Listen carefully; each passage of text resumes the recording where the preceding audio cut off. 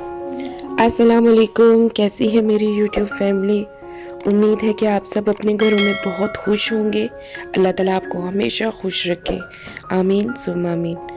तो ये यहाँ पर मैंने मेरा पानी गर्म करने वाला एक अलग से बर्तन है, तो उसके अंदर मैंने ये पानी डाल के गर्म होने के लिए रख दिया था और बीच में थोड़ी सी सर्फ डाल दी थी।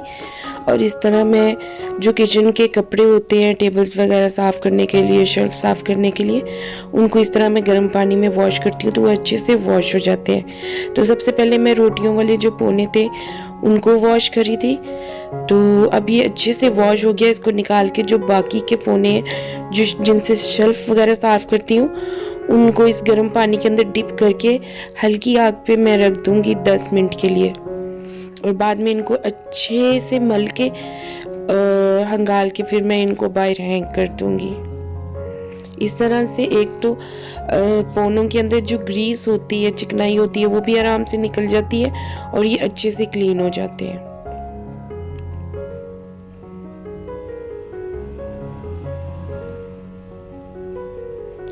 और फिर मैं बाहर ज़ेन में आ गई थी, कल की सब्ज़ी आई पड़ी थी, तो मैंने सोचा इन सबको मिक्स करके मिक्स वेजिटेबल्स बनाती हूँ। तो यहाँ पर मैं बैठकर सब्ज़ी बनाने लग पड़ी थी।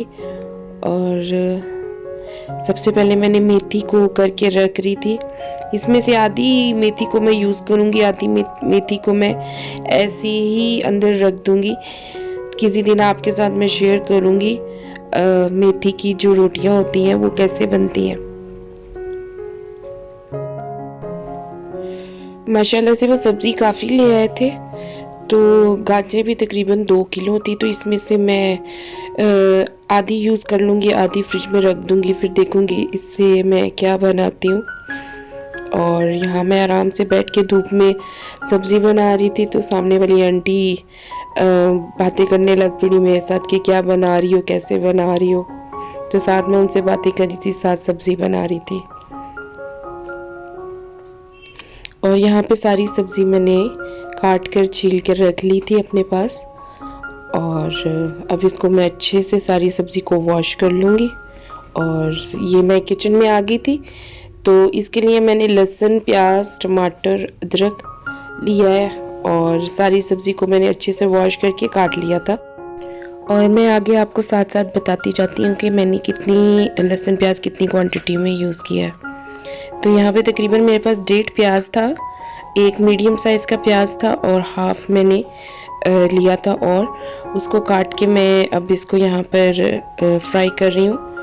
और जब तक ये ट्रांसपेरेंट नहीं हो जाता, इसका कलर चेंज नहीं करना, बस ट्रांसपेरेंट करना है। इसमें मैंने अब लहसुन का पेस्ट नहीं डालना, इसको दोरी के अंदर पीस के दादर भादर सा करके वो आपने शामिल करना है। और अब अच्छे से मैं इसको यहाँ पर फ्राई कर लूँगी लहसुन के साथ। और ये स्लाइस हुई हुई अदरक भी मैंने डाल दी, ये भी तकरीबन एक छोटा सा क्यूब था मेरे पास। मैं अमूमन खाने में अदरक का इस्तेमाल ज़्यादा इसलिए करती हूँ क्योंकि हस्बैंड खाते हैं, और वैसे भी डाइजेस्ट करने के लिए खाने को अदरक होना ज़रूरी है, तो इसलिए मैं अदरक का इस्तेमाल ज़्यादा करती हूँ। और यहाँ पे मैंने एक मीडियम साइज़ टमाटर था मेरे पास, वो भी मैंने काट के शामिल कर लिया। अब इसको अच्छे से मसाले को भून लूँगी ताकि टमाटर नरम हो जाए, और फिर बाकी का मसाले मैं इसके अंदर डालूँगी।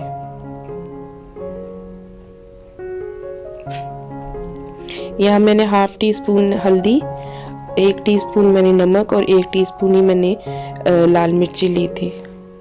अब इसमें इस नमक मिर्ची को अच्छे से मैं भून लूँगी।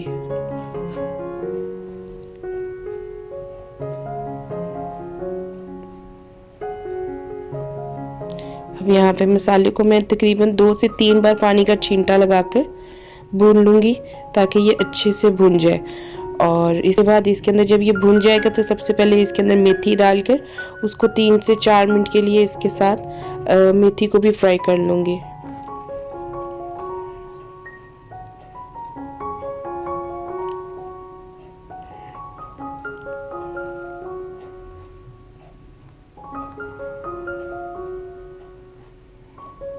क्योंकि गाजरें मीठी होती हैं, इसलिए मैं जब भी गाजर का सालन, सिंपल भी आलू गाजर का भी सालन बनाऊँ तो मैं उसमें थोड़ी सी मेथी शामिल कर देती हूँ, तो वो मज़े का बन जाता है।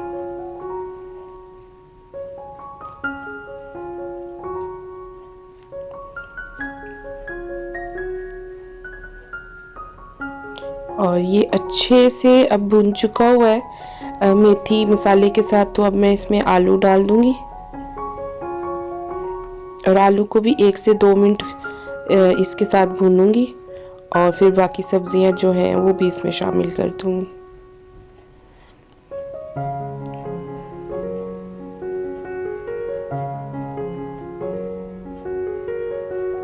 मेरा हांडी पकड़ने वाला स्टैंड जो होता है वो मिल नहीं रहा था, इसलिए मेरी हांडी चूल्हे से इधर उधर घूम रही थी।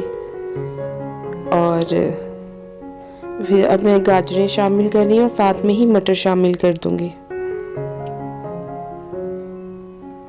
और इसको तकरीबन 4 से 5 मिनट के लिए भून लूंगी।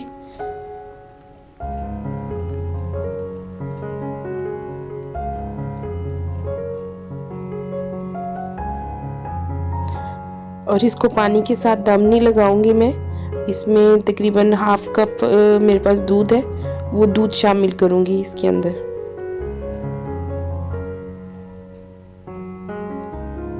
इस तरह से बड़ा मज़े का क्रीमी फ्लेवर आता है।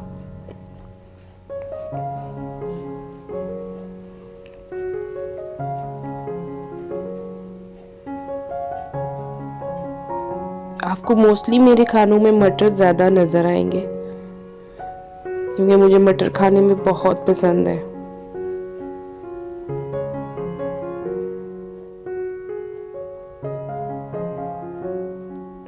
और जब ये अच्छे से मसाले में 4 से 5 मिनट के लिए भून गया तो फिर इसके अंदर मैंने दूध डाल दिया और अब इसको अच्छे से मिक्स करके मैं इसको दम लगा दूंगी। दम भी तकरीबन 5 से 6 मिनट के लिए लगेगा, इससे ज़्यादा नहीं। तो सब्जियाँ मिक्स अप नहीं करनी, हर सब्जी अलग अलग रहे।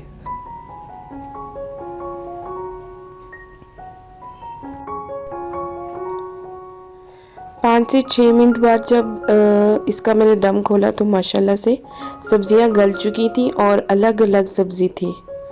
अब यहाँ पे जो हल्का फुल्का इसके अंदर पानी है वो खुश्क कर लूँगी और इसके अंदर तकरीबन 1 टेबलस्पून मैंने देसी घी का शामिल कर दिया था और इसके अंदर इसके साथ देसी घी के साथ इसको भून लूँगी और साथ में इसके अंदर मैंने हाथ में क्रश किया हुआ सूखा धनिया ये भी शामिल कर दूँगी।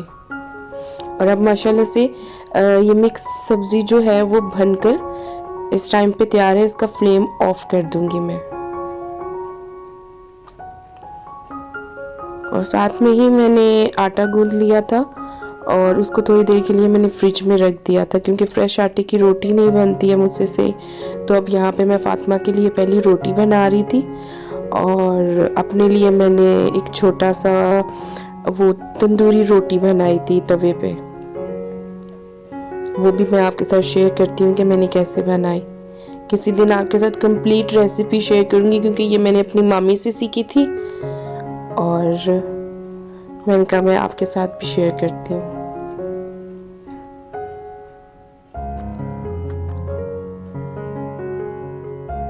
तंदूरी रोटी बनाने के लिए तवे को अच्छे से गर्म करना है और उसके ऊपर हल्का सा पानी का छींटा लगा के रोटी को एक साइड से गीला करके इसके ऊपर डाल देना है क्योंकि रोटी जिस साइड से गीली होती है वो तवे के साथ चिपक जाती है।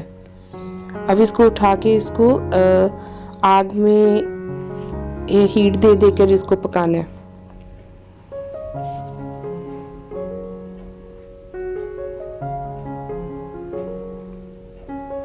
और माशाल्लाह से मज़ा आता है इस तरह से रोटी पका कर खाने का। अब इसके ऊपर मैं थोड़ा सा देसी घी लगाकर मैं इसको चौपड़ लूँगी। और मैंने और फातिमा ने तो गरम गरम खाना खा लिया था। इसके पापा थोड़ा लेट हो गए थे आने में तो उनकी ये रोटी मैंने हॉट पॉट में रख दी। और इसके साथ ही मेरी आप लोगों से रिक्वेस्ट है कि प्लीज़ मेरे चैनल को सब्सक्राइब करें और अपने फैमिली मेम्बर्स के साथ भी शेयर करें और अपना और अपनों का बहुत सारा ख्याल रखें। दुआओं में याद रखें। अल्लाह हाफिज़।